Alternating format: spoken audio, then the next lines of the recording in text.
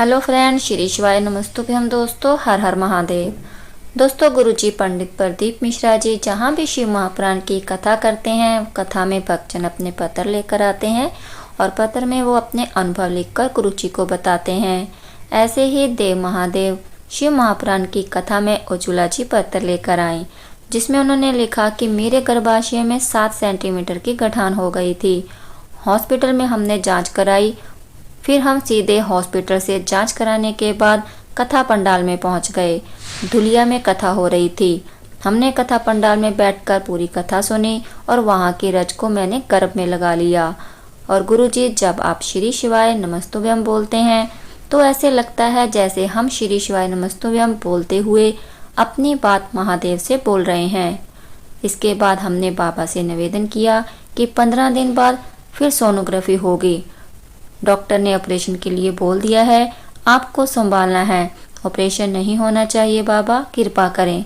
और हमने 15 दिन बाद फिर से सोनोग्राफी कराई और डॉक्टर ने बताया कि गठान पूरे तरीके से गल चुकी है। और डॉक्टर ने ये भी कहा कि ऐसे केस काफ़ी कम देखने को मिलते हैं। और मैंने कामना की थी कि अगर गठान ठीक हो जाती है तो मैं अगली कथा पंडाल में बैठकर सुनूंगी। इसलिए मैं जलगांव की धरा पर आभार व्यक्त करने के लिए आई हूँ। एक और पत्र पूजा जी लेकर आई, जिसमें उन्होंने लिखा कि मेरे पति के सिर में अचानक से दर्द हुआ और उनको झटके आने लगे थे। डॉक्टर को हमने दिखाया तो डॉक्टर ने बताया कि ब्रेन हेमरेज हो गया है। ऑपरेशन के लिए डॉक्टर ने बोल दिया और डॉक्टर ने कहा कि ऑपरेशन के बाद वे अच्छे होंगे कि नहीं यह भी हम नहीं कह सकते। हमने ऑपरेशन करा लिया और उनकी हालत कोमा जैसी हो गई।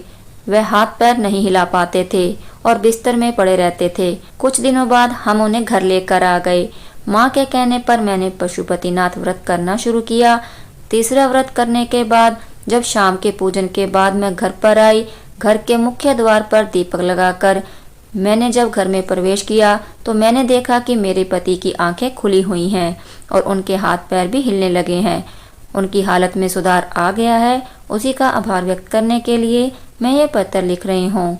दोस्तों, दोनों ही पत्र बहुत अच्छे थे।